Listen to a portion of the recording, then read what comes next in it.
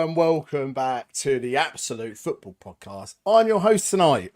Charlotte's not here. She's chucked me in the deep end on the first weekend of the Football League season. So here we are. We're back with our first week preview of all the action across the EFL and the National League as well. And I've got some quality co-hosts with me tonight. And I'm going to start with, you recognise him from last week. He spoke a lot of rubbish last week as well. It's our Sunderland fan, Ant. How you doing, Ant? It's absolutely red hot up here, so I'm sweating me things off. But apart from that, I'm very, very well. Good. Glad to hear it. Also, as well, making her debut on the Absolute Football Lower League podcast is Faye Hackwell. How are you, Faye? I'm really, really good, thank you. Yeah, enjoying having a bit of sunshine back. Still got to get the England shirt on. Saturday could be quarterfinals, couldn't it, for the ladies? So got to enjoy us still being in a tournament, because this time next week we might not be. But yes, absolutely loving the football season being back. Love to see it. And also as well, you're preparing for the mascot derby, aren't you, as well? Yes, I know that the podcast is a big fan of football mascots, and I have a bit of pedigree in this area. So in a couple of weeks' time, I'm taking part in the national football mascot race, which is at Epsom Downs Racecourse, and it gets really competitive. Like the last couple of years, it's been a photo finish, and poor Brig Cat of Bamber Bridge has just lost out on a photo finish 2 years in a row. So I know he is desperate to have some redemption this year, and I came last by about 10 minutes last year as Nuts and Bolts from Ashford United, mainly because the costume went all the way down to the floor and I could only do pigeon steps, and I actually was getting thrown off the course because I needed to get the horses out. So this year I'm going to be Deborah the Zebra for her game 2, and apparently I've not tried it yet, but the costume is a lot easier to run in, so it could be me in the photo finish this year, who knows. It's great. I love to hear that. Nuts and bolts as well. I was expecting it just to be just full of wicks and screw fix gear, just wearing all that for it as well. So, well, good to be involved. And as well, it's no other, and it's quite good tonight. We've got a bit of a rivalry tonight. Nick and I, and it's the first time we've been on a podcast together. Me being a Gillingham fan, as well as our good friends down the road in Swindon. It's Oakhurst Road. Nick, how are you, my man? Yeah, I'm really good, thanks. Happy to come and talk about football, seeing as we couldn't see any football on Saturday because it rained a bit. So at least we're in the record books. It's the first ever game to be postponed in August. So that's a great start to the season. But we're halfway up the league and we haven't even played. So even better. It's a cracking result for you as well. It is. I must admit, I was in shock because I've just come back from a week away, 10 days away, and I've been in Yorkshire and it rained every single day. It was rubbish. And then see a game called off down in Essex, from near where I am, about 12 miles away from where I am. It's ridiculous to see that happen. So yeah, I'm just thankful I didn't travel. I've been there a couple of times, and it's probably one of the worst grounds to go to. Middle of nowhere, no atmosphere. And I just feel for the 300 odd fans it actually travelled in the wasted day. So shouldn't have happened, but there it is. It's happened, and now it's a Tuesday night there sometime in the next few months. Yeah, exactly, and that's the worst part. It was 15 minutes before kickoff, wasn't it? I think it was called off. Something ridiculous, and when that shouldn't be happening in today's game. You should be looking at it. And plus that they had a new pitch laid, so. What they've done to it, God only knows. But that's where we are. So we're already a game behind. So we're great. You'll work on it. You'll be fine. Good evening to chat as well. Graham, welcome in as well. It's good to see you. Lisa, welcome back, and Mr. Luke as well is supporting board. It's Gateshead supporter as well. In as we try and talk about it. We've only got about an hour tonight, so we're going to be talking about all your EFL action across some key games. Also as well about previewing next weekend's fixtures as well as talking about the National League as well. So should we start in the Championship? And I think there's only one supporter here who supports the Championship side, and obviously it wasn't a great start for you, Ant, with Sunderland losing 2-1 to Ipswich Town. How was it? What went wrong? We couldn't score, basically. We had all the game first 25, 30 minutes. Really, I thought we started very, very well. Thought Joe Bellingham making his debut, 17-year-old, was tremendous. We had a really good chance. Pierre Echo had a shot saved that came out to Job, who probably should have scored. Missed bit of a sitter from 12 yards out, but it is what it is. Then probably should have had a penalty. Jack Clark gets brought down, gets shoulder barged, which for me, it's a penalty all day long. And then literally on the stroke of half time, I went down to go to the toilet, and Ipswich had scored. Nathan Broadhead, of course, because he used to play for Sunderland back from the dead. He goes and scores. Second half, we just didn't come out. Didn't come out at all. Second half, they went 2-0 up with George Hurst, which I was going to say actually. I'll wait until later on because there's another goal scorer I do want to mention. But George Hurst scored, which was George Hurst's first ever goal in the Championship in his 43rd appearance. So if you're ever struggling for goals, guys, just send your strikers to play against us, because it happens every single time that play against us with a goal drought, they'll score against us. And then we went 2-0 down. Then to compound the misery, we went a man down when Trey Hume got the second yellow card, which is probably correct. And then all of a sudden after then, we started trying to play again and, pulled one back through Dan Neil. The referee gave 13 minutes of added on time. So, if you want to get home for your tea early, don't go to an EFL game anymore, because all that's going to be knocked on the head, isn't it? And then we had a couple of chances in stoppage time. We hit the post. I think they kept quite a good save, actually tipped on the post.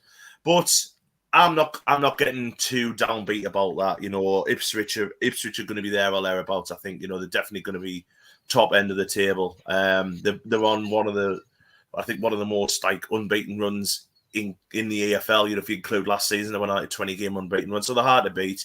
Do I think they deserved it? No.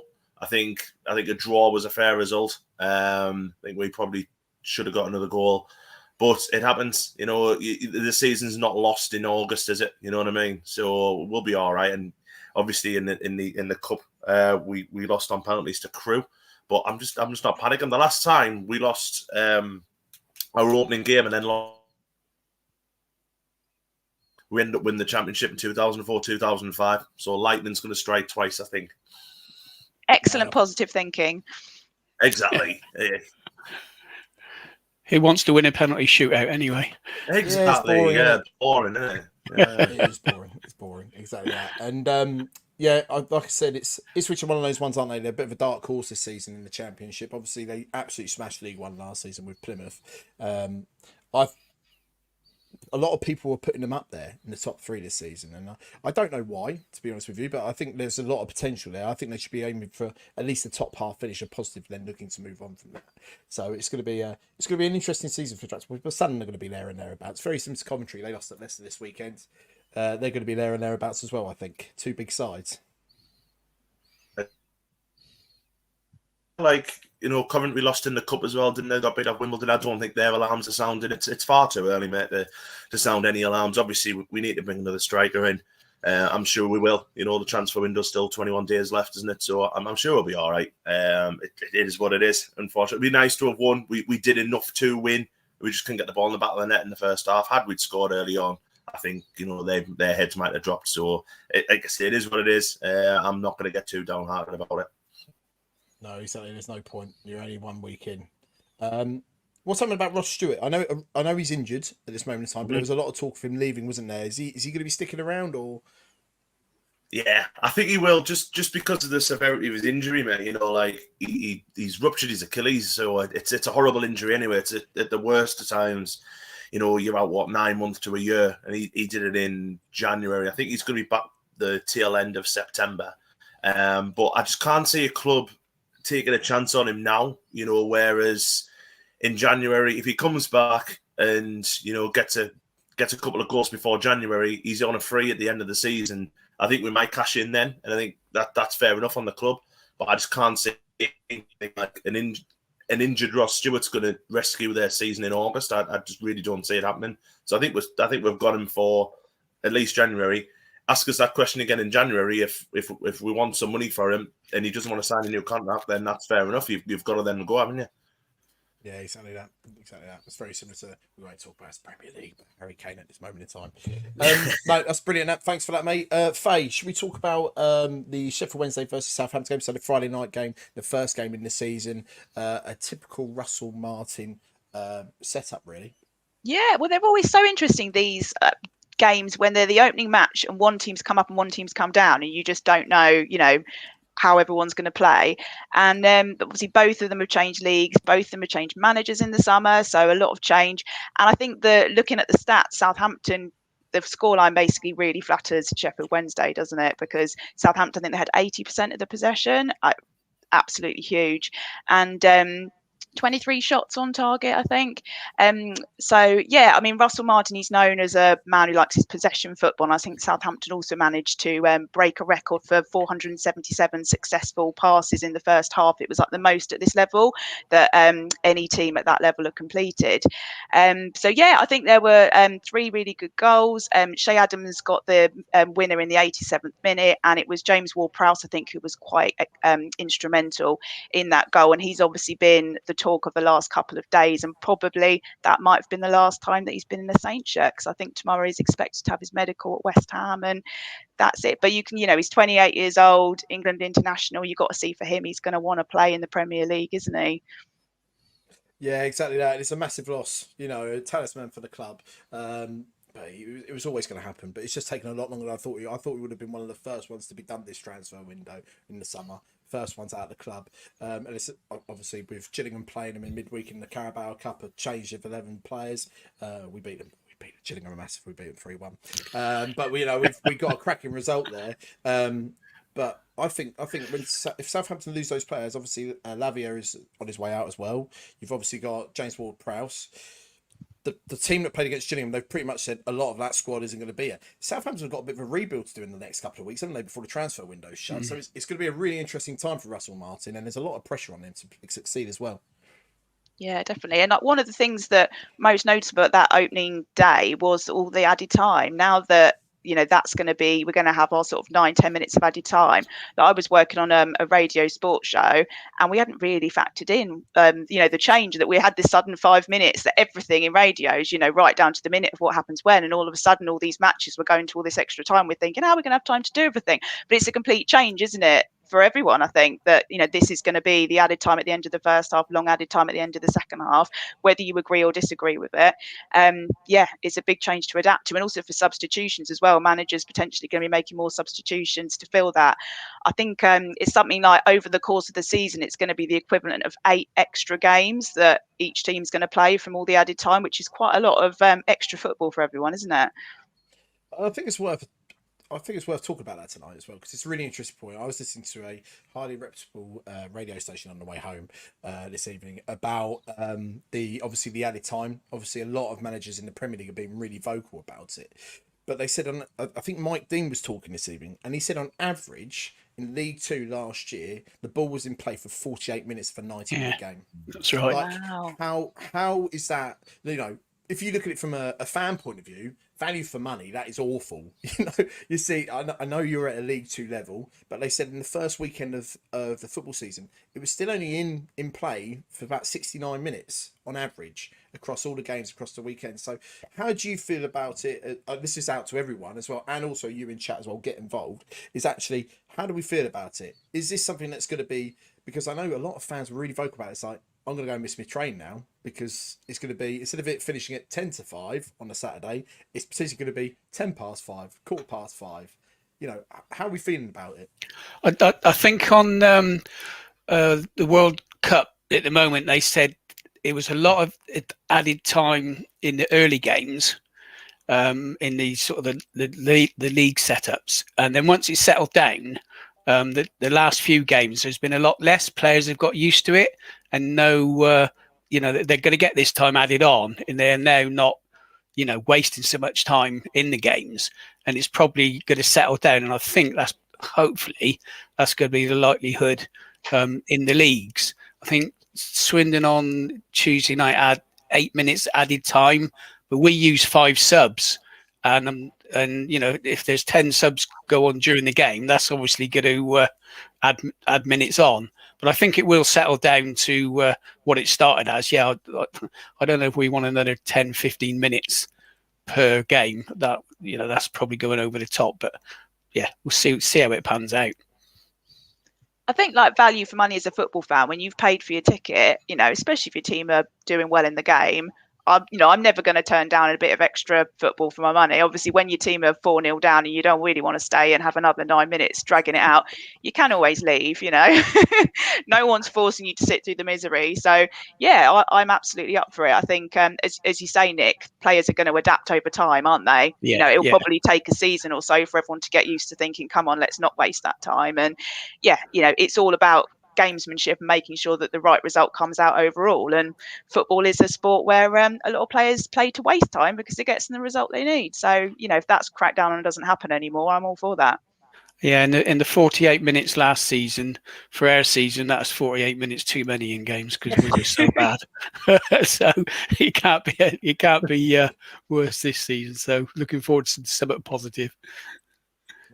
The only issue I've got with it is, where does it end? Like on Saturday when we were playing Ipswich, obviously Ipswich spent a lot in the second half because it was 2-1. Time waste, and the goalkeeper got yellow carded, which you never see a goalkeeper get 2 yellows for that day, so what's the point in booting them in the first place? But at the end of sort of 8th or 9th minute of added time, they were time wasting and doing exactly the same as what they were doing in the 78th, 80th minute, which was the reason why that extra time was accrued. So what happens exactly the same? Is there extra time? Is there anything added on? Which there wasn't on Saturday. There was just the 13 to do this stuff, which is basically the reason why they brought this new rule into place. For me, it's kind of questions and answers, to be totally honest, at the moment. But I agree what Nick said there, because the World Cup was a prime example where England played England in the first game against Iran. They were it was about 14 minutes, wasn't it, in the second half? I know the keeper got injured in the first half, didn't he? But even in the second half, there was a lot of... It was 2-3 minutes again. So it will even itself out over the season, I think, once they get used to it. But it's just, for me, it's what do you do when teams are just doing exactly the same in the added on time, which is the reason why it got added on in the first place? Yeah, and I think it was interesting, actually, to hear it earlier. And from a point of view of actually, I was like, why don't they just stop the clock? If there's a situation where, the ball goes out of play, goes out, or there's an injury, they just go, yeah, right, stop time. It's very much what they do like for VAR, isn't it? They stop the clock. Yeah, exactly. Stop the clock. That's it.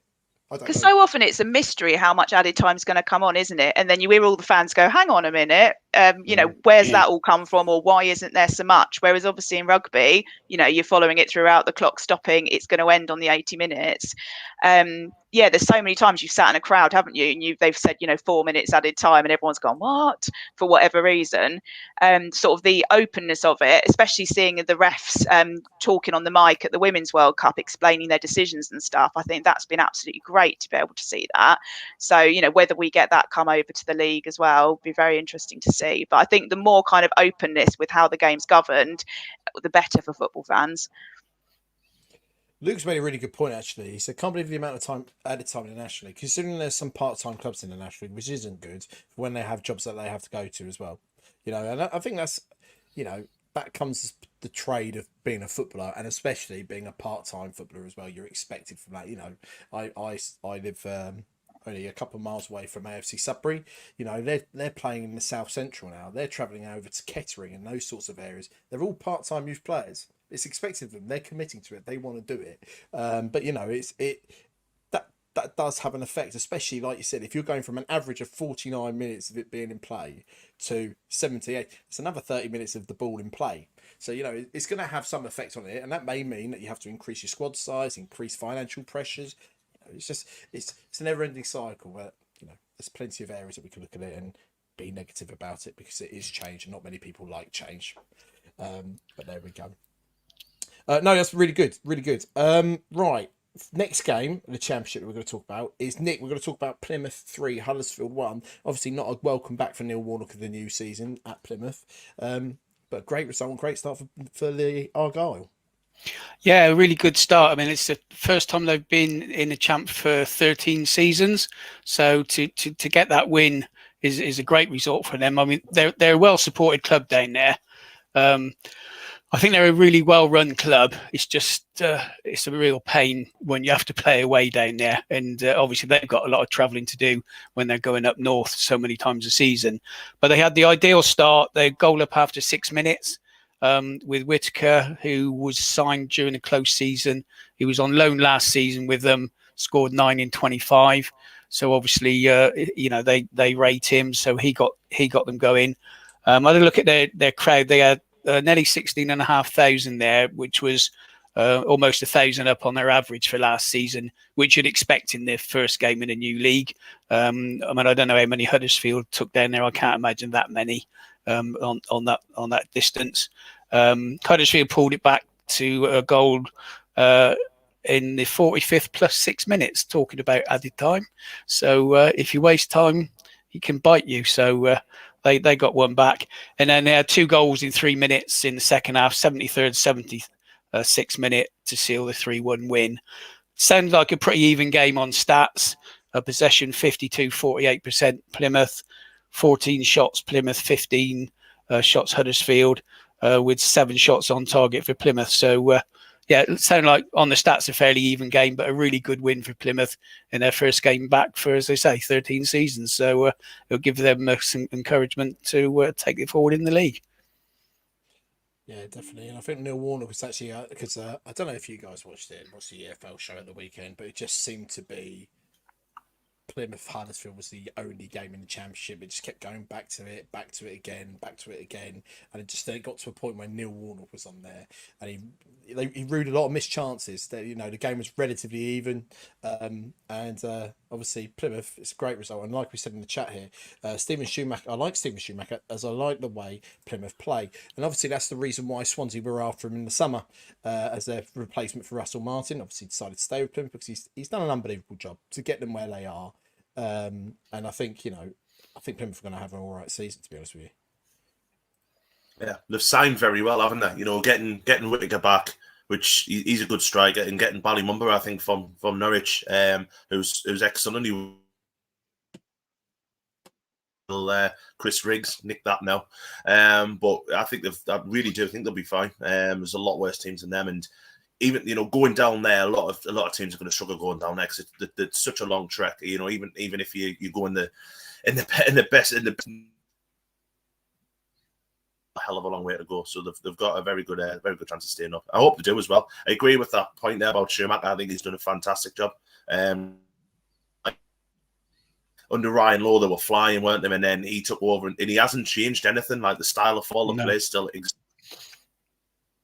Yeah, it's a really good job, and it's good to see them back. To be fair, yeah, he's kept him like in the way they work, the way they flow. He's kept it, and he just thought, why am I going to change it? Just keep it the same.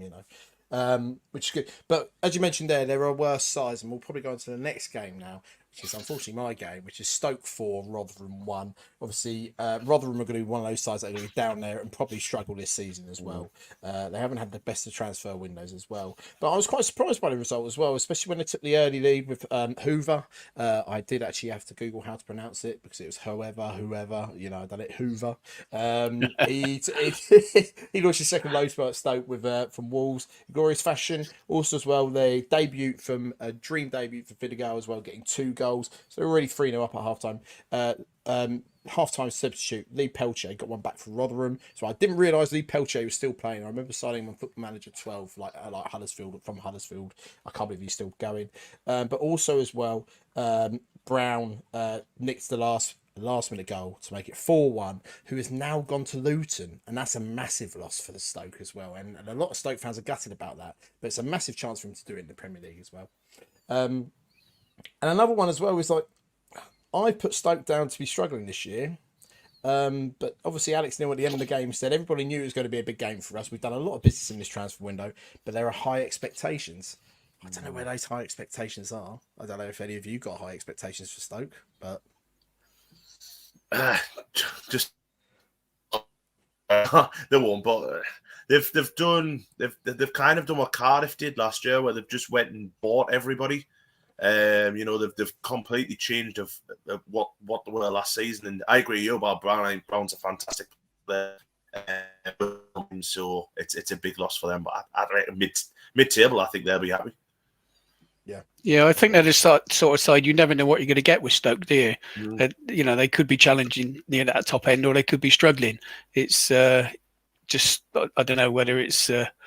I think that again with them, like Plymouth, I think home form is going to be key to any success in their season. They seem to, from when we back in the day when we used to play at places like Stoke, it was always a tough game. So I think that's again going to be key. These home performances. Especially a Tony Pulis Stoke as well on a Tuesday night. Oh God, yeah. Nobody wants to go to a That Tony was Pulis fun. Stoke on a Tuesday night with the likes of Bojan and so on and all those legends. But yeah, you know, I think it's a great start. They absolutely dominated. 71% possession, 15 shots on goal and 6 on target. So they were quite brutal with their 6 shots on target with 4 goals from it. But yeah, Rotherham 29%. I just can't see it being a very good season for them. I think to be honest with you, and I don't know how you feel about this, I think Rotherham overachieved last season by staying up and keeping their championship status as well. So I think they're definitely going to be one of those ones down the bottom this season. They got a bit lucky with the obviously Reading and Wigan had quite a lot of points deducted, and I think that probably would have seen for them. To be fair, I totally agree with that. Yeah, I totally agree with that comment, Graham. Well said. Right in the middle. So championship purgatory won't go down, won't go. We'll just float around mid-table. Which, to be honest with you, 20 years ago, Stoke fans would have been happy with that. But with the state that they've had in the Premier League, it's they probably think they're a lot better than that. But here we go. There we go. So let's look at some of the results from the Championship this weekend. Okay, so if I break this now, don't shout at me, please. Here we go. There we go, looking at the results. So obviously Faye mentioned about Sheffield Wednesday and Southampton with the 2-1 win. Blackburn Rovers beating West Brom 2-1 win. A big win as well. Another team that I think in our preview show, we thought Blackburn were going to have a very good season this year because they haven't been able to invest in their squad that much after their, obviously, the last season's disappointment.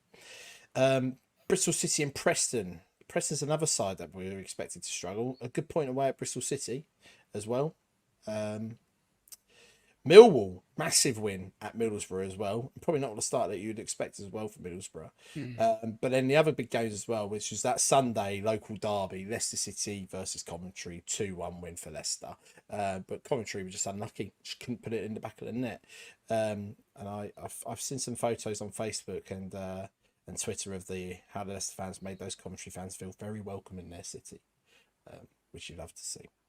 Is there any standout results that you see there as well, apart from the ones we've spoken about today? I think it's going to be. I think I saw a bit of the Leeds United Cardiff game. That looked a cracking game with two sides absolutely going for it, and I think that's probably a really good point for Cardiff because they were 2-0 down, and Cardiff were 2-0 up, weren't they? Leeds pulled it back, but yeah, that's a cracking game, and I think anybody who's going to go to Leeds, it's they look like they were getting back to their all out attack, and if they can just tighten up at the back, they're going to be there or thereabouts. Yeah, they lost Liam Cooper though, didn't they? Got injured scoring the first goal, and that's massive. It looked a horrible injury as well. So hopefully it's nothing too bad. But it's going to be a long, hard season if you're a QPR fan, isn't it? 4-0 first game of the season. Gareth Ainsworth's come out, I think today, said there's not looking as if they're getting much more business, if any. I think that's I'll be very, very worried if I was a QPR fan. They made a half-decent signing in Steve Cooper yesterday, didn't they? They announced that. An experienced Championship centre-back and also as well Premier League experience with Bournemouth and Nottingham Forest. But is that enough? It's probably not on the right end of the pitch that they need some help. I know they're conceding a lot, but it's not looking promising for QPR this season as well. And I think they were lucky to stay up last year. Again, it was two sides in Reading and Wigan struggling that really saved them. So I know it means nothing, but should we have a look at the league table? Get your nosebleeds, get your tissues, Watford fans. Here you go. Top of the table with 1 play, 3 points. Stoke in second as well. This is a very 2000 table. This is with Plymouth, Ipswich, Southampton, and Blackburn making up the playoff spots. And then down the bottom, QPR, Rotherham, and Huddersfield. And to be honest with you, looking at that bottom three, I don't think that's far away than we're going to see in 8 months' time. But it's only 1 game in. So you wouldn't be surprised though, would you? No, you wouldn't. I don't think you would. I honestly don't think you would. Simon Todd's come in and said Ainsworth will be the first managerial sacking this season. I don't know. Bit of a club legend. It'll be an interesting one. But there we go. That's the Championship. 30 minutes. We've done well there. That's all right. Timing's good. As Faye says, in the world of radio, it's all about time, and that's where. Was it bang on? Were you aiming for 9 on the dot to move on to League One?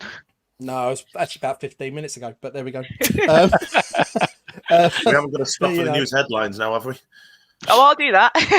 Yeah, exactly that. Oh dear, who let that Scoops chap on the main channel? I don't know. Some mug really did. But we'll move on to League One, and let's start with what games we've got to talk about. Do you know what? I'm going to flip it around a bit actually. Faye, should we start talking about Wickham 0 Exeter 3? Yeah, absolutely. So starting the season 2-0 up within 4 minutes, Exeter were. So it doesn't really get much better to starting your campaign than that. And actually, they could have been 3 up after 9 minutes because they missed a penalty.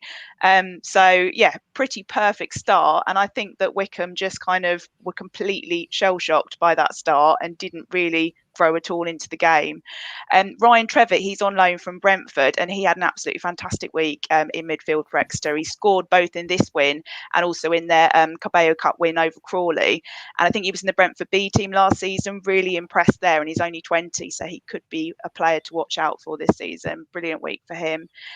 So yeah, poor Wickham, obviously not the best start at all for them. I think they were away to Lincoln City on Saturday, and they also lost 3-0 in their opening game. So both of those sides can take a deep breath and try to bounce back from that. So yeah, really interesting one, this one, and it would be really interesting to see how Exeter do. Yeah, I think Exeter had a good season last year. I think they probably performed above expectations last year as well with the way they performed as well. And like you said, I think that we were talking about, obviously, I think it was last week on the preview, we were talking about Matty Bloomfield. And was it you, Ant, who said about you wouldn't be surprised about seeing Ainsworth going back to Wickham after the QPR disaster?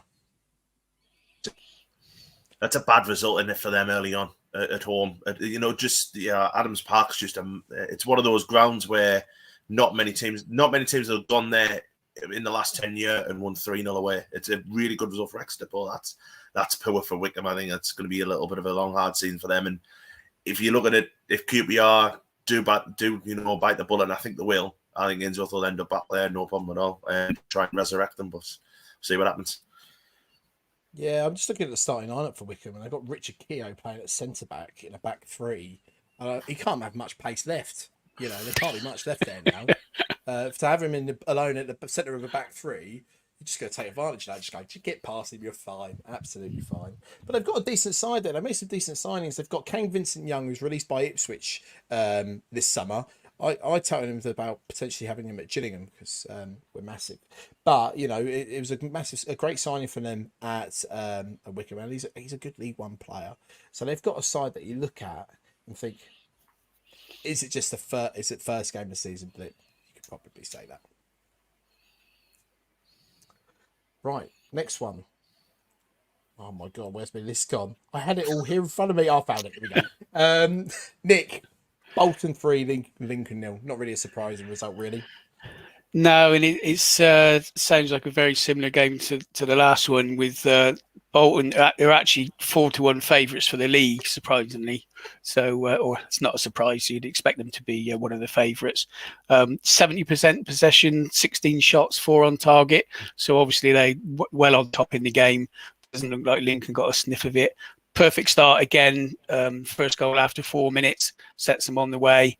2-0 up in 59 and to finish off the own goal on 74 minutes. So very comprehensive victory. And again, like we've said, or I've said earlier, home form.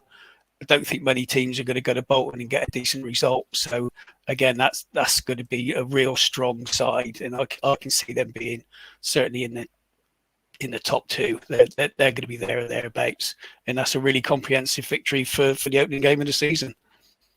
Yeah, it's always a tough place to go, isn't it? And like Chris have said, he's tipped Bolton for the League One title. Get the bet on. So if you are a gambler, have a look at that. Maybe that's it. You're probably going to get better value than 4-1.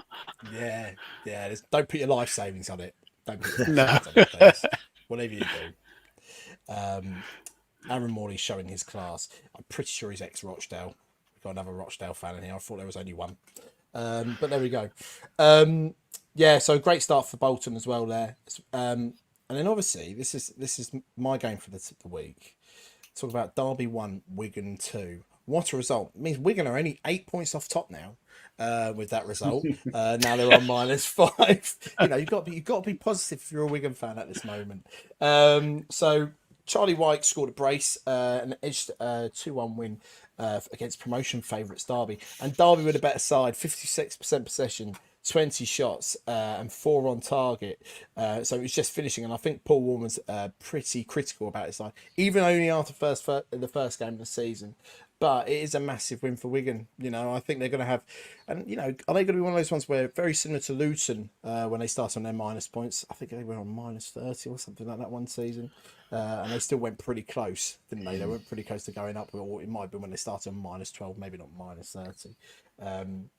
But it's a big start for Wigan, and it's been a depressing. And I feel sorry for Wigan fans as well, because there's been a depressing pre-season, seeing players leave, not being able to get anyone in, sale of the club, and so on.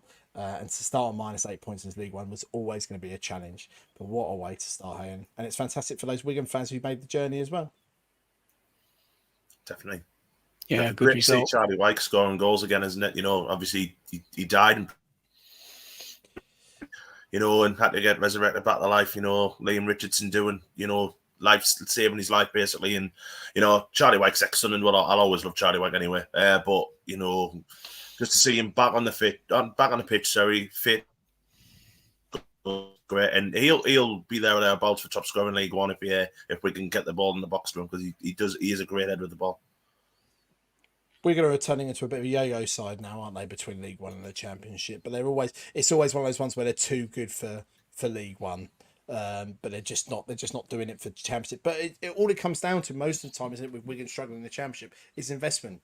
They're just not investing in the squads. They kind of think, we're going to try and do it in the same squad. They end up struggling, and it was probably unfair on Liam Richardson when he did lose his job. They were on a bit of a bad run for, but they had a half decent start, and then it was just the end and just curved off there. So I think realistically, Wigan are a Championship side, but what they need to do is what they haven't done for the last few seasons. They've yo-yoed between League One and the Championship, is actually invest in the squad, which is massive for them. So, and then the final game for League One, which we couldn't really miss, could we? Barnsley 7, Port Vale 0. It's going to be bad if you're already refunding your fans for tickets on the first game of the season, isn't it? I don't think they actually are, but you don't want to start like that, do you? I think they have offered to. I think they actually have offered to, and you've got to be looking at that being a Port Vale fan, thinking, is it going to get any better? It can't get any worse. At least that's the kind of crumb of comfort you can give to Port Vale fans. You probably won't lose 7-0 anymore this season, but I mean, what a result that is for Barnsley. Obviously on the day that they made the self-service alcohol for all the fans, to win 7-0, it must have been in dreamland. But what I was saying before about George Hurst scoring, obviously Devante Cole scored for Barnsley. He's actually scored a hat-trick now. I'm at the age now, I'm in my late 30s, that I remember, David Hurst, who was George Hurst's dad, scoring goals for Ipswich, and banging him in. I think Chef Weddy was that, wasn't he? And obviously everyone knows that Devante Cole's Andy Cole's son. I just feel old now watching games every week that, players that I grew up watching, sons are scoring goals. You know what I mean? It's madness.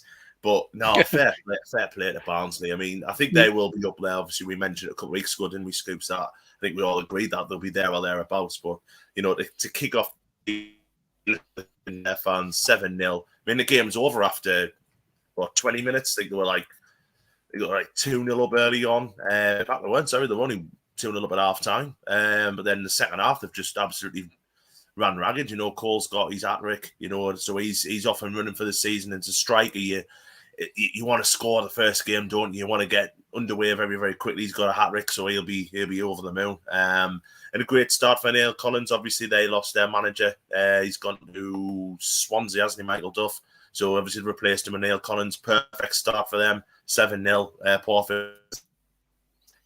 But I think it's going to be a long, hard season for you. I am sorry, but at least it can't get any worse. You cannot lose 7-0 again, I don't think.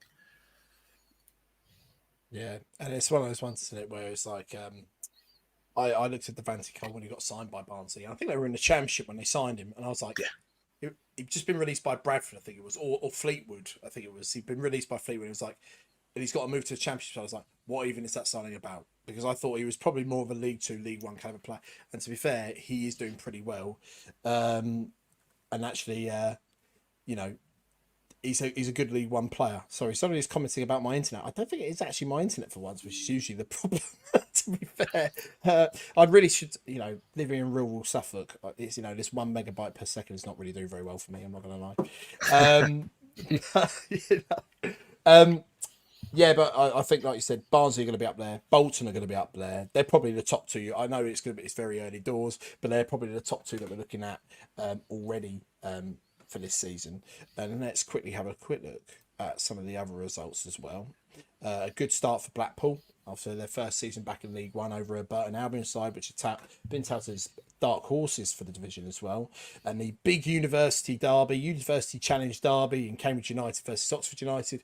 Good 2-0 win. And Lovely result that for Cambridge. Lovely result. You're pumped about that, aren't you, Nick? That's the best result of the 100%. weekend Yeah. for you. I thought Had some joy. At least I had some joy on Saturday. And as well, it's like a lot of people are touting Oxford United to have a good season, but I just can't see it happening. They've just done nothing for the last few seasons, so I can't see them having a half decent season as well. Shawnee in the chat says, don't mention Northampton. So let's talk about Northampton losing 1-0 to Stevenage. The only reason I'm saying that, Sean comes into my chat on a lot of my streams, and he gives me a lot of chip for being a Gillingham fan. So up the Stevenage, thank you very much. And we've got a 1-1 draw between Pompey and Bristol Rovers. Two decent sides. I think Bristol Rovers are going to have a half decent season there. I'm not going to go into it anymore. Yeah, I don't know if there's any other games that we look at. Apparently, a friend of mine who went to Leyton Orient versus Charlton took 3,000 Leyton Orient fans to Charlton. I know it's only across London, but it's a big following there. But Charlton celebrated like they just won the FA Cup at the end. So he said they're a bit weird for doing that, especially first game of the season. But is there any other games that you guys see there? Any big results apart from Barnsley scoring the 7? Good result for Peterborough, wasn't it? Reading. That's a good result for them. Reading would have wanted to get life back in League One underway. I think just looking at the entirety, really, not very many 0-0s, if any 0-0s at all, have we? So lots of goals, lots of entertainment for all the fans of League One there. Obviously not for Port Vale fans, yeah. But some big scores there, isn't there? They would have loved a 0-0 at Port Vale. Yeah, it would have, wouldn't it? Yeah. Would have taken a 0-0 after thinking about it. Let's just have a quick look. And I appreciate we didn't do this for the Championship, so we'll quickly do that at the end. We'll quickly preview next weekend's fixtures as well. Obviously, some big games in the division. I'm actually looking at them and going, there's actually no big games at all this weekend. They're all pretty boring in League One. You've got Leyton Orient versus Portsmouth. Is anyone excited about that? I don't think so. Is there any that interests of anyone? Who have Northampton got? Wigan away. That's a fun one. 2 games, no points for Northampton. Hopefully, is there any games that you've seen and of any interest this weekend? So I say this year. I'm not saying the fixtures is just the results. No, that's fine. That's fine. No, I haven't got the fixtures. I don't think we've actually got a slide for the fixtures. We've only got a league. All right, no, I'm not sure. Sorry, I haven't looked. As soon as you get out of League One, guys, you get into the Championship. You don't look at League One anymore. It's a horrible league. All right. Cheers, Ant. Just rub it in, why don't you? Me and Nick are sinking down the bottom of the league too. I've just noticed an error on that League One table. Barnsley in first place with 3 points. Accrington in second with 3 points.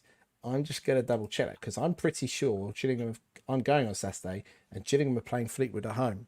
So I think there's going to be a slight error there. Let's have a look. So in second position, we have got Exeter City. There we go. Thank you for that, Sam. I'm going to be sending that in your report later. Bolton in third, Blackpool, Cambridge United and Peterborough making up the playoff spots. Extra second. Thank you, Graham. Look at that. Mr. In the know in the chat, Graham. Thank you for that. And then down the bottom, Wigan on -5, Port Vale, Wycombe Wanderers and Lincoln City in the relegation zone. And there we go. There is League One. I'm going to hide that away. So we talk about the most important league in the nation, Nick. Proper football. Proper football. Should we talk about that? Do you want to talk about your result of the weekend? Yeah, done. That's it. Over. Yeah, there we go. Very quick one. It was raining. Yeah, that was it. Let's start actually, Faye. And I think it's a massive win for Crawley at the weekend, but a great 1-0 win for Crawley against Bradford. Yeah, well, and a very bad start for Bradford. They went down to an early goal and then they were down to 10 men as well in the first half. Really good free kick from Will Wright in the 14th minute. He's a former Gillingham player, isn't he? Scoops? I miss him. I miss him. He was only, to be fair, he was only with us for a season, and he's fantastic at set pieces. He's good. He scored a good couple of free kicks for us last year in the very little goal that we actually scored. And we actually got a fee out of him. We signed him on a free from Dagenham at the beginning of last season, and we actually got a fee for an undisclosed fee to Crawley. So, but not often you make a profit on a player, is it? No, not for Gillingham either. And you know, it's one of those ones where a lot of Gillingham fans were gutted about him going, because he is a good player to have as backup, but he was going to have very limited time, especially with the squad that we've got this year as well. But he's a great signing for Crawley, and I think he's going to do well. Yeah, his free kick was the difference between the two of them. Really disappointing for Bradford. Obviously, they were in the playoff semis. They lost last season, so they're obviously going to be hoping to do better than that. So losing 1-0 in the opener, not great. But a really, really good start for Crawley, because they obviously only narrowly escaped the bottom two last year, didn't they? So I think they finished third from bottom. So it was really close for them. So yeah, absolutely brilliant. And you never know when that 3 points you got on the opening day of the season could be, what comes in really helpful at the end of the season. Every 3 points can be really important. So yeah, brilliant win for Crawley. Yeah, exactly. Let's just clarify some of the chat points. Undisclosed fee of £1. Sure. Thank you for that. And also as well, actually 75p I heard as well. We got some hashtags in the know here as well, and then another one, 1p. Thank you very much for that. Profit's a profit. Talking about Bradford and mascots, Chewy, Liam, Billy Bantam, came down to the auction that Falls Rushing did on Friday in his Billy Bantam costume, graced us with his presence. So fair play to him. He come down with us on Friday night. We had a charity auction which went really well, and then he went off to Crawley. He said that evening, bogey team for Bradford, we'll probably lose 1-0. So he had it absolutely spot on. So I don't think he was very happy, obviously, driving back to Bradford from Crawley. And I did watch the first half of the game, and everybody's tip to finish bottom of the league, Crawley, actually played really well in that first half. Quite surprisingly to what they did last season. So they did look decent. See how long it lasts, but fair play to them. They played well. They're managed by ex-Swindon boss. What's his name? Lindsay. Yeah, most boring football we've ever seen when he was air gaffer. It was just dog's breath, terrible. Really? Well, yeah. I don't know. I don't know if I might be wrong here, but I thought you had quite a good first half of the season. No. At the start we had a lot of draws, and everybody said, well, he kept us up because we were in the playoff positions when he left. But the football was so boring. It was sideways, back into the penalty area, back, sideways. It was just dog's breath boring. It was terrible to watch. And then we had the debacle of Jody Morris, and we just had a terrible season. So it wasn't great. Yeah, just forget about it. Think about it's gone. It's gone. So season to play, haven't you? So don't worry we've still got that. So looking forward to Saturday. The weather's on your side and all the matches get rained off, and then you just finish. Yeah, unbeaten the whole season. That'd be bad. Yeah, try and fit 46 games into the last 3 weeks of the season. Yeah, good luck with that. Good luck. No, I think we'll be all right at home. We've always had a decent pitch, so hopefully that'll hold up.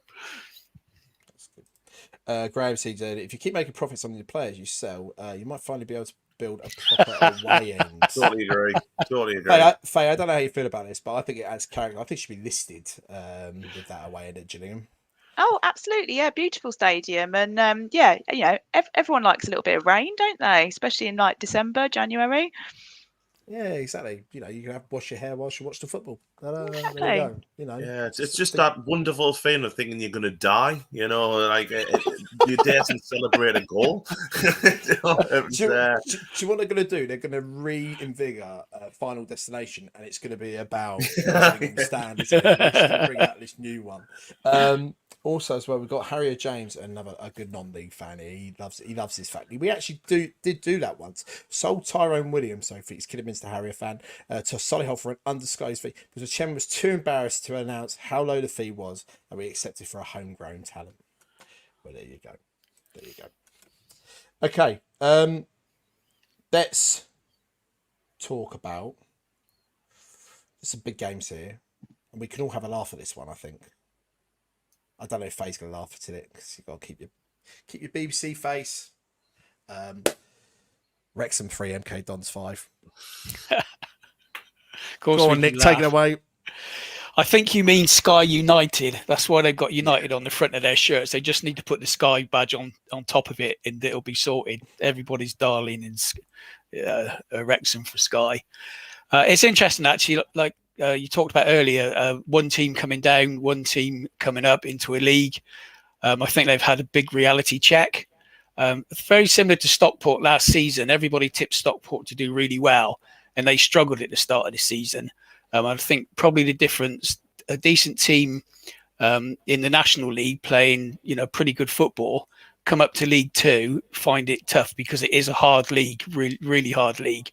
And I think it'll take them, hopefully it's going to take them 4 or 5 weeks to adjust because we go down there in a couple of games time. So, we want them to still be struggling then. But yeah, 15 years they've been away from the league. So probably wasn't, say, it was just a shock from 2 down in 10 minutes. And that's probably what killed the game.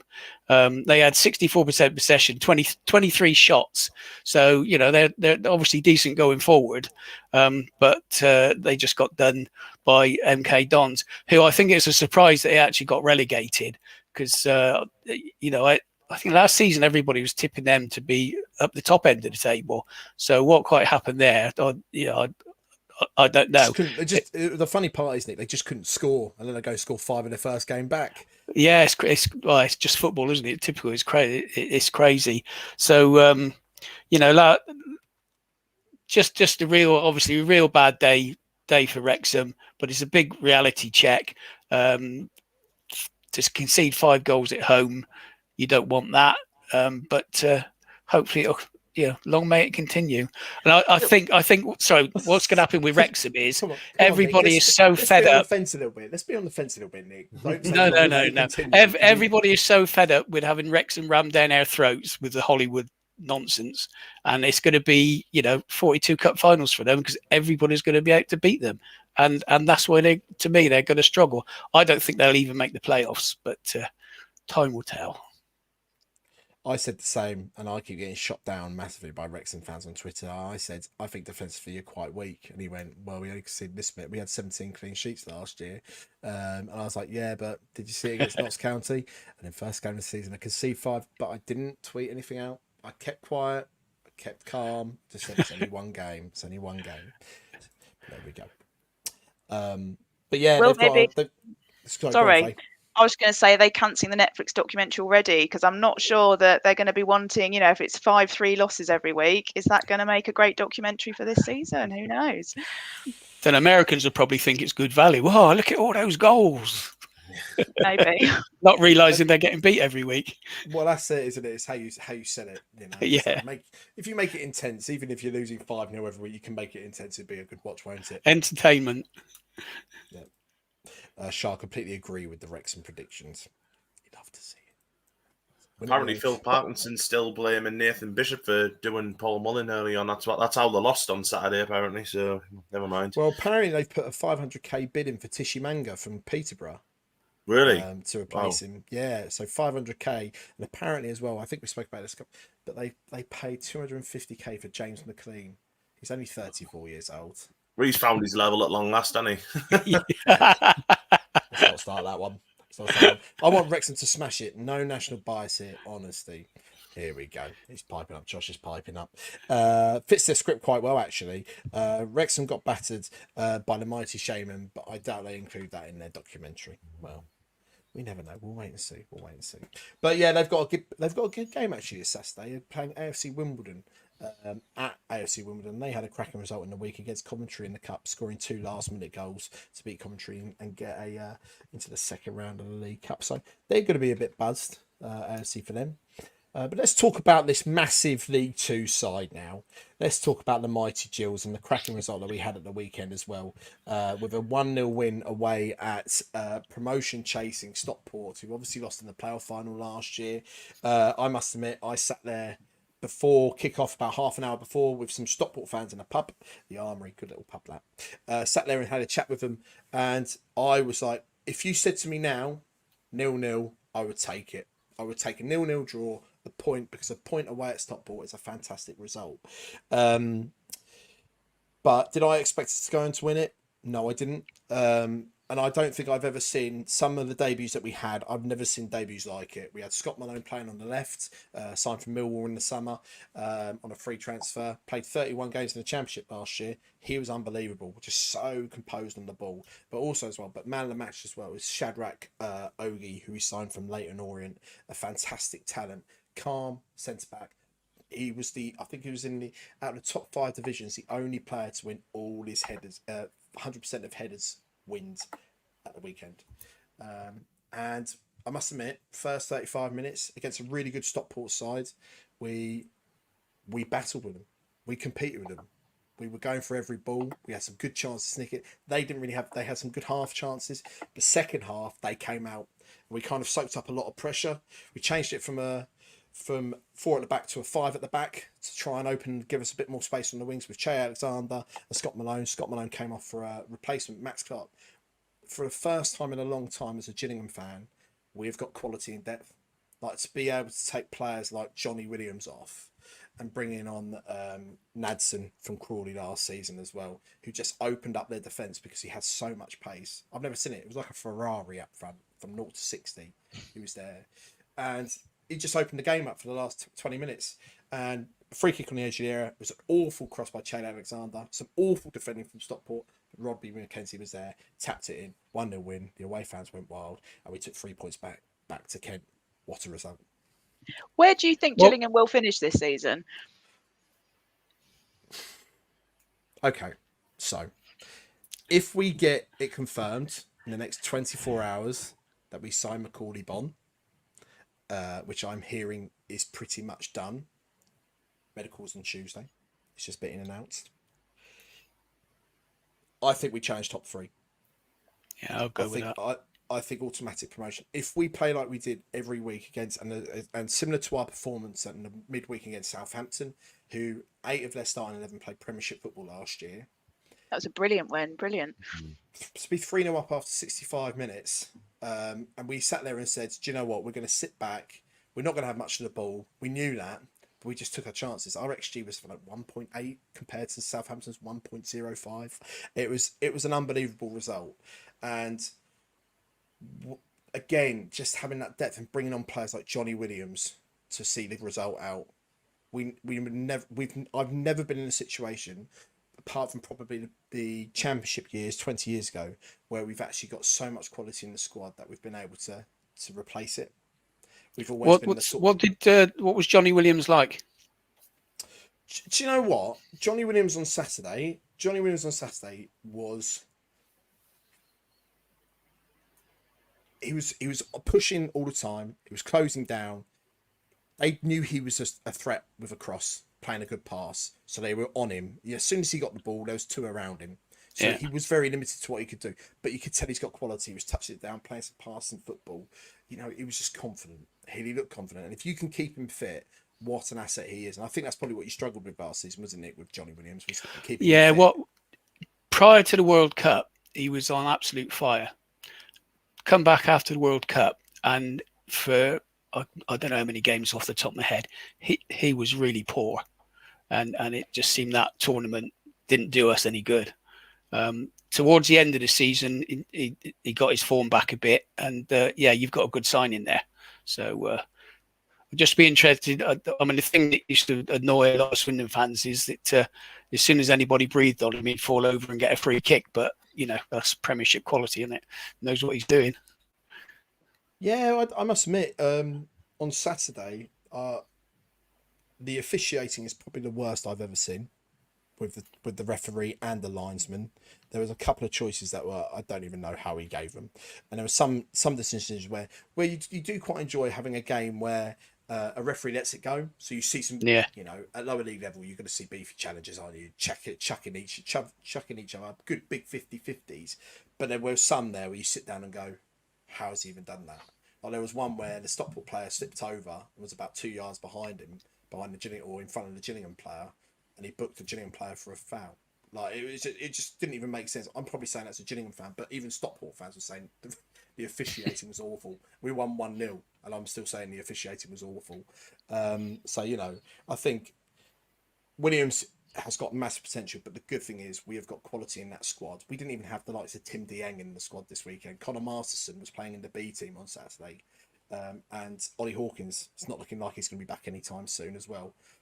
They're three key players from last year we haven't even had in the squad, and we've got players like Ethan Coleman stepping up from the B team, and he just looks a natural player. Orient fans didn't rate him, but there's something about him and Kenny Jackett and Gillingham, Neil Harris. He's got these players working and playing for a club now, and I think there's a lot of people looking at Gillingham going, what an atmosphere that's going on, and there's only one man down to that. It's Brad Gannon at the moment. Do they need the Netflix documentary this season? No, I think thank you. You got the momentum for the end of last season, though, haven't you? Definitely, we're. If you look at the form table from January the 1st, we were second, 2 points behind Stockport. Yeah. So you're always going to have that momentum. It's a difficult one because apparently, Faye, we were approached for a documentary in January when Brad Gannison took over, and Brad said we don't need that, and he just said we're not doing it because there's just too much added pressure on the players in a current massive relegation battle to potentially go non-league. So they turned it down. Could have turned out differently than last season. Lucky you did turn it down. Well, that's it, isn't it? It's additional pressure, isn't it? And I think Wrexham have probably done it in the right way because it's all led by Ryan Reynolds and the owners pushing it. But Brad Gannison has come in and done us a huge favour by actually shielding the players and saying, right, here's the news. I'm the new owner. Put it on me. And Neil Harris was allowed to go and, we built the structure of the squad. Get Kenny Jackett in. Kenny Jackett with his experience, to have him in the up higher level, fantastic for the club. Andy Hess as well. I know a lot of Gillingham fans are like, he keeps floating around, keeps coming back. But what a legend he is, and his investment and his recruitment has been on point so far. And we can't criticise him any other way. Matt Newman says Gillingham all or nothing. Most of the time, it's just nothing really. We'd take that. Did Neil Harris do his fist pump at the away fans at away end on Saturday? Of course he did, Chris. It was like being at the Cop. It was fantastic. And it's like my friend said earlier about the Charlton fans. It was like we won the FA Cup. So, were you in the end behind the goal? No, we weren't. Luckily, we got put in the one with the roof. Because last season I went there in the FA Cup. We got stuffed 4-0. It absolutely hammered down. Got soaked. Horrible long journey home. So not a great place for us to go. That's first time there. I'm quite surprised they didn't chuck us in the away end with the no roof, because I would have thought, you've done it to so many fans in your ground, just get back there and just deal with it, Yeah. But we didn't. You were lucky then. We were very lucky. But yeah, a great 1-0 win, a great start to the season. Yeah, We've got Accrington at home. The Rainer men sold out. I think Medway's now at 75% sold. We're looking at above 7,000 attendance on for our first home game of the season. So the only way is up. I'm not going to sing the song, but the only way is up. We want to do another pay as you want match as well. Get it packed out again. That was great last season, wasn't it? It was brilliant. Apparently, due to the EFL, you're only allowed to do it twice, aren't you, a season? Okay. Because they don't want to sit. I don't know why. I think that's just ridiculous. But the pay that you want game was fantastic last year, wasn't it? Mm-hmm. Like I said, definitely do another couple of them. Maybe the bigger games against somebody who's around us in the table. That'd be good to get that place packed out for those. Oh, we'll look forward to it then. Yeah, that's it. All right, Nick. Let's talk about the final game of League Two. I've spoken enough about Gillingham. That's my 15 minutes done. Sutton 5, Notts County 1. Another side coming up from the National League struggling as well, first game of the season. Yeah, and obviously the game was over after the 15th minute, wasn't it? You know, obviously Sutton had gone 1-0 up in the first couple of minutes, and then Stone gets sent off for Notts County after 15, and that's game over in any game, I think. You know, and obviously Sutton have just piled it on, haven't they? You know, scored a couple more. Really kicked on after half time. They've got a player called Beauty Man who scored. That's a great surname, isn't it, for a footballer? Fantastic. And then David McGoldrick. Ex-non-league player, great young player, to be fair. I think we played for Peterborough for a little bit as well. I always thought he was going to go and do a lot more than he's actually done, but he's been quality for Sutton. Yeah, he has. You're right. And obviously, David McGoldrick, the evergreen, pulling the goal back, but you know, it was all too little, too late. I think Sutton went on to get another goal, didn't they? But we're looking at, you know, we've just spoke about Wrexham, haven't we? And Notts County, if it had Wrexham hadn't been in that league last year, would have won that easily. And we've seen both sides come up there, and both sides conceded 5, got a bit of a battering, really, haven't the pair of them. So it's a massive culture shock, isn't it? League 2 is just so much different, and you know, you're playing professional sides week in, week out. You go into places where, you know, people pack out home grounds and everything like that. It is so much different.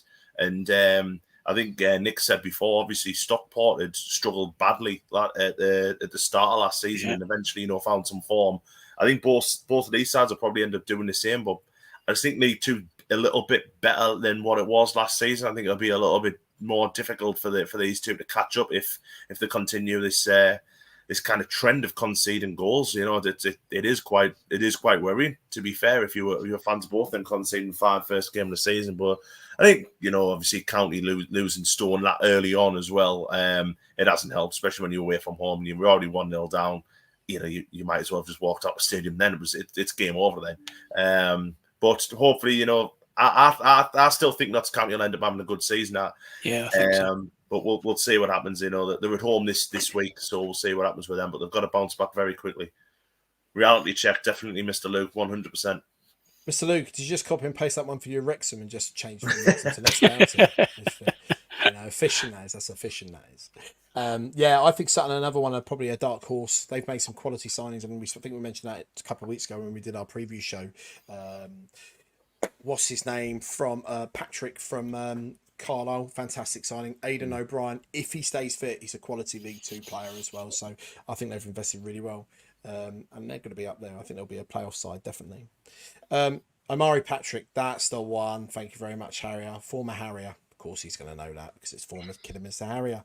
Right, here we go. Let's look at the results. Axel Stanley beating Newport 3-0. Crawley, as mentioned, great result for Swindon as well. You know, start their first game of the season unbeaten. Crawley a 1-0 win, which we've already spoken about. Crew 2, Mansfield 2. Mansfield were 2-0 up at that point, and Crew got it back to 2-2. And Mansfield went down to 10 men as well. So, it's to be fair, it's a good point for Crew, a side that we're probably looking down the bottom end of the table this season. And this is a surprise one. Doncaster 0, Harrogate 1. Big win for Harrogate, that. It was all Doncaster, according to Grant McCann. But Harrogate won it with a penalty to take the points in the Yorkshire derby. But it's a massive result, a good start for Harrogate. Everybody loves seeing Forest Green Rovers lose, so it's 2-0 to Salford. A 0-0 draw Grimsby Town. Morecambe, good start for them in the season as well. Also as well, a difficult start for Tranmere as they lose 2-1 at Barrow. But they're going to be one of those sides that are probably going to be up there as well. So, let's have a look at the table. Come on. Let's look at this. I'm going to get a nosebleed now, so I'm just going to go and just do this. Sutton sitting top of the table. Accrington second in League 2 as well. They're doing pretty well. MK Dons as well, making that automatic spot. Salford, Barrow, Morecambe, Crawley, and Gillingham. Gillingham just outside the playoffs. And then down the bottom, Notts County, Newport, Forest Green, Wrexham, and Stockport. You could probably nearly, apart from Newport, flip that table. It's going to be about probably similar, apart from Gillingham, obviously, down the bottom there. But yeah, there we go. That's League 2. And now we're going into the depths of non-league. So where should we start? Let's start with our first game. Should we talk about probably the surprise of the weekend in the National League results? Southend 4, Oldham 0. Faye. Yeah, no, I'll have a chat about this one. So Southend have a special place in my heart. I used to be a reporter on the local paper down there and went to Roots Hall a fair bit, and they have the absolute best mascot in English football in Sammy the Shrimp. If you have not seen Sammy the Shrimp, you need to Google him. He is absolutely amazing. I've never been Sammy the Shrimp, but it is one of my life goals to. I've been quite a few different mascots over my time, but I would love to be Sammy the Shrimp one day. That's next year. That's for next year. Yeah, it could be. I don't think he's ever done the mascot race either, so we need to get Sammy involved. It's meant to be. It's meant to be. Yeah, but yeah, this was a match that even a few days before, no one was even sure it was going to go ahead. And there was about over 100 fans came and cleaned and painted the stadium to get the safety certificate that they needed. Like absolutely crazy, in Southend. When I was there, last match I went to was see them play at Wembley in the Johnston Paint Trophy. To see the decline of a club, and I know Southend are not the first, and by no means will they be the last that this kind of thing happens to. But fantastic that the fans were there, and they managed to help get that game on. But yeah, an absolutely amazing result. I mean, Kevin Mayer, he can only register 16 players because of all the transfer restrictions he's under, unable to add to his squad at all this summer. And after some really good results last season, there they are, top of the table. I think all the Southend fans just want to freeze the league table now. And it's who knows what's going to happen ahead with the rest of the season. Are they going to end up with a points deduction? What really is in store for them for the rest of the season. And with these court cases coming up, you just think, how on earth, like the staff and the players go into train and go into work every day, not knowing if they're going to get paid. I think it was about 3 months that they weren't paid for, just up until the end of July. So it's a club with a real core at the fact that the players are still playing their socks off for this club. The staff, a lot of them, they're all still working there. I know Sammy the Shrimp did go on strike briefly, but Sammy the Shrimp's still out there. Absolutely, it's a fantastic club. I absolutely loved it when I lived in Southend, and it's so sad to see this happening. But you just have to hope that the club will get sold. I mean, who knows? I know The Rock was potentially going to come in as part of a consortium to take it over. What's happened with that? It's all gone very quiet. Who knows? But I think if you're a Southend fan, it's a very stressful time, and just to get that 4-0 win, absolutely fantastic. That's just what you need after a really stressful few months. But obviously terrible start to the season for Oldham as well. And, again, they're a club that have had a very difficult last few seasons as well. So poor old Oldham. Yeah, exactly. And I must admit, I was not smiling for Southend's current position. It's an absolute disgrace. I'm smiling because of just the thought of Sammy the Shrimp on strike, just outside, fully dressed up with just this thing with this banner, just like mine out. What a picture that would be. That would be. I think the picture was something like the kit inside the bag, because mascot kits tend to go inside like a kit bag and be kept in one of the rooms somewhere. And I think it was this kit is not coming out or something like that. Poor Sammy. Okay. Long as he didn't stand too close to the fire that they usually like to keep him warm. Yeah, that's it. Just thinking as well, Faye, for your mascot races, if you have it on C the next time, then Sam the Shrimp might show up, mightn't he? Ah, yeah, exactly. Yeah. Could do, yeah. Swimathon. If we're going to talk about mascots a little bit, Matt Newman's come and said, better than the boiler at West Brom. Oh, the boiler at West Brom is absolutely brilliant. Absolutely brilliant, yeah. And then you got Partick Thistles as well, that was the scary Lisa Simpson lookalike thing, wasn't it? Absolutely horrendous. Gave kids nightmares. Instead of actually making them welcome to football as well. But yeah, it's a massive result for Southend. And again, like you said, it is a horrendous situation for the club to be in. And I'm not going to lie, if we hadn't had this takeover at Gillingham, I think we would have been in a similar boat with Scally, especially if we'd gone into non-league as well. But Martin's an absolute... Okay, I've been told to go 12A on this, but it's a disgrace to be in the situation for that club with the history that it's got. Like the depressing photos, Faye, that you see of like people taken from their flats outside with the grass all overgrown on the pitch, goalpost lying down. It's a depressing picture for the club, and hopefully it is sorted, and especially with so much history as well. Yeah, as with all these clubs in these big towns, it's the core of the community, and it's one of the oldest clubs in the country as well, isn't it? And to see that something like what happened at Bury or something like that could happen, yeah, just absolutely heartbreaking for Southend. So more 4-0 victories will keep the fans going. That's it. And Mayer's the man for the job as well. He's done a fantastic job for the club. So no, that's brilliant. Where are we going to go now? Nick, Barnet 3, Hartlepool 2. Barnet, I've always had a bit of a soft spot for Barnet for some reason. Don't know why. Probably because I managed my Football Manager once, many years ago. Yeah, poor old Hartlepool. I mean, it's another relegated team struggling in a different league. I've always had a soft spot for Hartlepool. Been up there a few times. Long old trip. Freezing cold ground to go to. From my memory, in that stand, there's a nice big gap at the top of the stand, and the wind absolutely whistles down on you in the away end. But yeah, I always like going there. But yeah, Hartlepool struggled. They were 3-0 down just over an hour. Obviously, they never really got into the game. They found their feet a bit, had a bit of a late rally. Pulled 2 goal back, 82nd in 95th minute. But obviously just too little too late.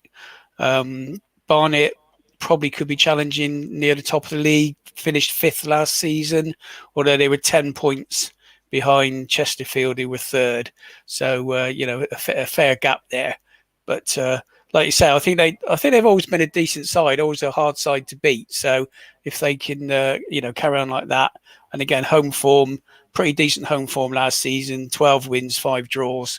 60 defeats, which isn't great, and 9 away victories. So that's why they were obviously the top end of the table. So I think they'll probably have a decent season, but hopefully the likes of Hartlepool in Rochdale can find their feet and be battling for that top end of the league. But I think it's going to be tough. I'm not sure how many players the Pool have lost and what the state of their squad is, but they're probably going to find it difficult to get anywhere in that league. Yeah, Hartlepool, I must admit, I've done it once, and that was about 15 years ago. Well, actually, it was more than that. I reckon probably 20 years ago.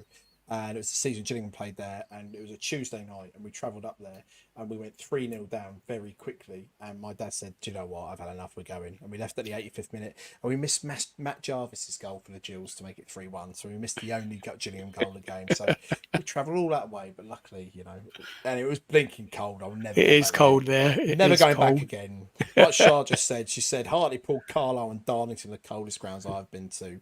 And I reckon Sunderland's pretty cold all the time, isn't it? Has this just turned into pick on the North Day now? No, we've not said anything about Peterborough. So, yeah, it gets cold, of course it does. But I mean, just quickly on Hartlepool, we played them in a pre-season friendly last Tuesday, and they looked very, very good. I mean, they beat us 5-2. It was a really good game of football, really, and some of their forward play was actually really nice. The second goal they scored was Brazil-esque. It was a brilliant goal. So I was quite surprised seeing them being 3-0 down when I was checking the results. And I know they pulled a couple back, but yeah, the game's over by then. Yeah, you best be sorry, Charlotte. You're not that far away from me, I live in Rochdale. It's only down a bit to drive, not far. But yeah, I think they'll be all right. But again, I think it's culture shocks, isn't it? We're seeing a lot of teams who have been relegated who haven't won first game of the season, have they? In the lower league. So it's just a culture shock. So fingers crossed they'll get themselves back. But I mean, to be fair, Nick is right. It is quite a cold ground. Quick fact about Hartlepool. Hartlepool have the reigning national mascot race champion in Hankus the monkey. Who would have thought? I bet he doesn't get cold in the monkey suit. That's what everyone at Hartlepool needs to do. Yeah, but he has to win. Otherwise, if somebody catches him, he'll get hung, won't he? Yeah. There we go. I'm loving all this mascot trivia. It's good. If you ever have a pub quiz about mascots, Faye's the one to speak to. Yeah. Get me on your team. That's the one, yeah. I know it's always said, but God, there's a lot of big teams in the National League. And I'm just looking at these comments from Harrier. Yes, Wealdstone, Fylde, Maidenhead, Dorking, and Oxford City. Yes, massive. Well done, Harrier. That's it. But this was, and also as well, I think you can include Kidderminster Harrier in that as well. But yeah, no, I think it's one of those ones where you look at Hartlepool, they're going to be up there. They will be up there. And I quite like the way that the National League's formatted with the playoffs, with the extra 2 spots in there as well. It makes it a little bit more exciting, a little bit of end of season tournament as well. Opens it up a little bit more so. That's brilliant. And then also as well, we'll talk about. I'll try and talk about here. Talk about Aldershot 5, Oxford City 2. So Oxford City's first game back in I think ever in the National League. It's the highest they've ever played. Oxford City, which is great to see, isn't it? Like I said, you see all these clubs, these big city town. Like for example, Cambridge City, you never see them at this sort of level. So it's good to see Oxford City just one step away from the Football League. There's quite a lot of links here actually for me, because there's quite a few players playing for them that I've seen. Stuart O'Keefe now used to be ex-Gills, now playing for Aldershot. Our amazing signing from last year on loan, Minoga from Portsmouth. He's now at Aldershot. He had such a great debut with Gillingham. Got sent off after 8 minutes and never played for us ever again. A fantastic player. As well as they've made some good signings. And I don't know from your point of view, Nick, is it Kian Harries as well, centre back? He's now playing for Aldershot. So they've made some decent league signings for hopefully a decent campaign in the National League. Yeah, he was really unlucky. It was partly the Fools Rushing podcast curse, because we actually sponsored him as our player, and everyone we've sponsored has ended up getting injured. And he had a real bad injury. He was just getting into some decent form, had a bad injury that put him out for the rest of the season. So we liked him as a player, but I say it was just bad luck with injuries. And once you get that, and now we've had obviously a change of manager that he was never going to figure back in the side. But yeah, I hope he does well, because he's a decent bloke, and he is a decent player. The other one that links to there as well is my local side, AFC Sudbury. Josh Stokes, a 19-year-old, was signed by Aldershot for an undisclosed fee. He started on Saturday as well, playing a core with Stuart O'Keefe, and he was apparently mustered, so which is great. But it's a great result, a 5-2 win against Oxford City. Josh Parker, ex-Gillingham, Wickham, getting the goals for Oxford City as well for consolidation. But another good player at National League level. He does bang goals in, but also as well, he's got a lot of pace to him still as well. So it's a good win there for Aldershot, and a good start to their season. But then let's talk about our final game, which I believe Ant. I might have lost my train of thought, but it is Ant, with Chesterfield 4, Dorking 3. I think you would have given Chesterfield 4 when you're looking at that on paper. Probably a banker home win, but wow, it wasn't plain sailing for them at all. I mean, Dorking took the lead, didn't they, in the second half? And to be fair, Chesterfield have pulled it back. But I know we spoke earlier on about the added on time, and there was 14 minutes in this one. And bearing in mind, Dorking are a non-league, they're a part-time side playing against a professional team, and I know that Dorking, I think they equalised in the first minute of added time, but obviously Chesterfield scored late on. And it's probably one of those ones where you're thinking, had this had been last season, you were looking at 3-3 full time, and a massive shock and a great result on the road for Dorking. But Chesterfield have found a way. Obviously, I think Chesterfield are the favourites to get up their scoops, aren't they? And they were very unlucky last season. But there's two better sides, wasn't there? That's all it was last year. There was two better sides in the division. So yeah, but they would have I think they'd have wanted to put a little bit more of a stamp on than 4-3 struggling against. And no disrespect to Dorking at all, but I think Dorking are expected to be down there. So they'd have wanted to put a little bit more of a stamp on than that, maybe, getting like 3 or 4-0. But, they've only just managed to, get over the line. But 3 points is 3 points at the end of the day. It doesn't matter if it's 1-0, 4-0, 20-0, 7-0. It's 3 points. That's all it is at the end of the day. But I think they'll want to improve on that. They'll probably want a couple of clean sheets, at the next couple of home games, see what they do. But fair play to Dorking. I'd love to have seen them hang on, but unfortunately they didn't. Yeah, Dorking, one of those sites, aren't they? They create some fantastic content on TikTok and YouTube. Is it a bunch of amateurs? Is it or something like that? It's something very similar, but I enjoy watching that more than I do. What's the Wrexham one called? I can't even remember what it's called. But All or Nothing. That's not All or Nothing, is it? No. Something to do Welcome with to Wrexham. Welcome to Wrexham. That's it. Yeah. Pretty easy. But yeah, I really enjoy watching it. And there's something about their manager. There is something about their manager. He's just a bit of a comedy. He gets people chants, he gets people going. But at the end of the game, he shakes everyone's hand. There's just something about him, isn't there? I think he just has that charismatic, that typical non-league manager. So they should be They should be a side. I think they'll be all right, Dorking. Nolan Harrier says here, Dorking aren't really. They're very open, score plenty. They're able to dig themselves out of holes often enough, so they should be fine. But yeah, let's have a quick look at the results. Obviously, Shah's not here tonight. They obviously started their season to Ebbsfleet, and it was a good win on the road for Ebbsfleet as well. Brilliant goal, absolutely brilliant goal. Luke O'Neill. It was a flick from a corner that, like, yeah, potential goal of the season contender already, but absolutely brilliant. What do you think about Ebbsfleet, Faye? Obviously, you're local to it. It's a side that have been floating around the National League South and the National League, you know, and challenging in some seasons and then struggling next. What do you think about the club at all?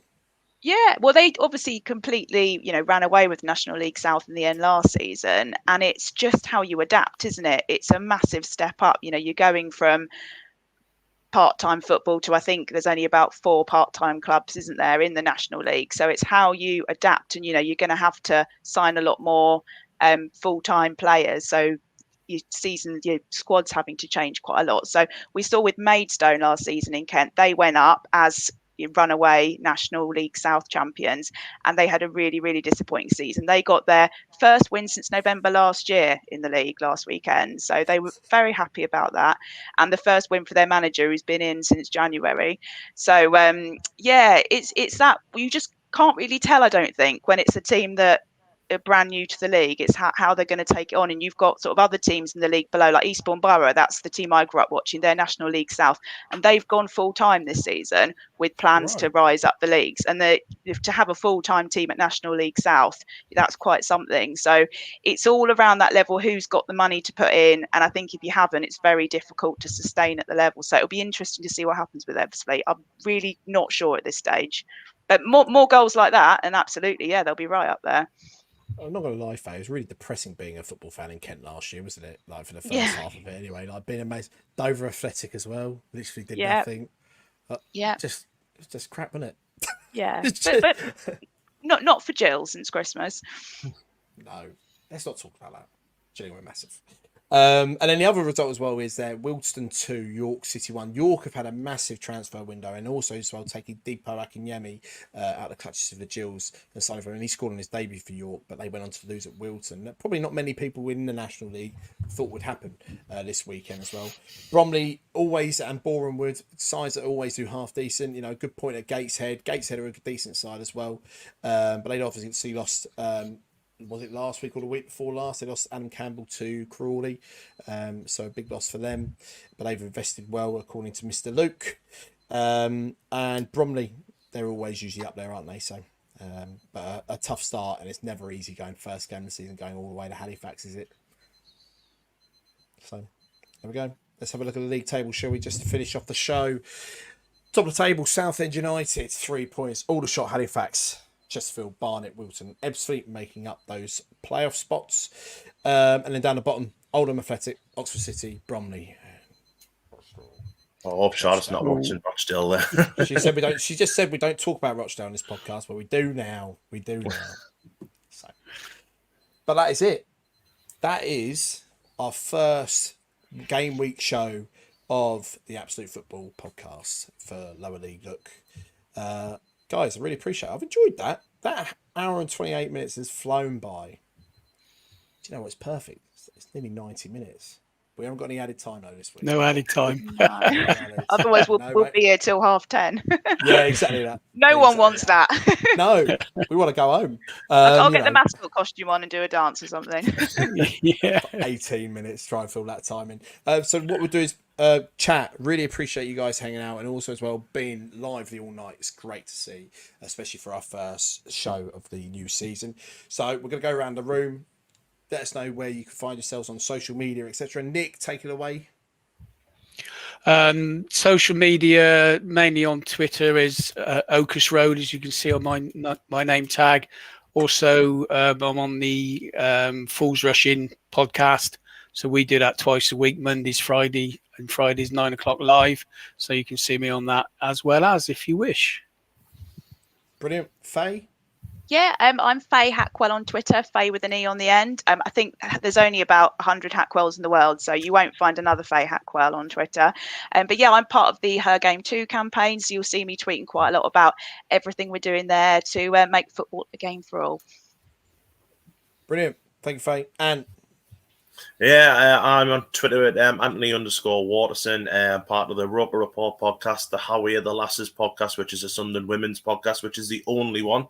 So we are unique in that. I think we were sponsored by Her Game 2 at one point. I'm not sure we are anymore. But anyway, a little bit of a link there. And also the What a Ball Ache podcast, which is at WABA Pod on Twitter. If you would love to give us a follow, we only have about 3. So it'll be nice to have a few more friends. Yeah. But yeah, thank you. Yeah. thank you very much for that, and you can find me, Scoops, at Scoops FM on Twitter, but also as well Twitch, where I stream on a Tuesday, Thursday, and a Sunday night, where unfortunately it's pretty boring. We listen to music, listen to tunes, but also as well play some Football Manager as well. So you can come and join me on there. Come and drop us a follow, and then hopefully we'll talk about a bit of football at the same time. But guys, I've really enjoyed it. Thank you very much. But you can also follow us, the Absolute Football Podcast, at Absolute Ball Pod on Twitter.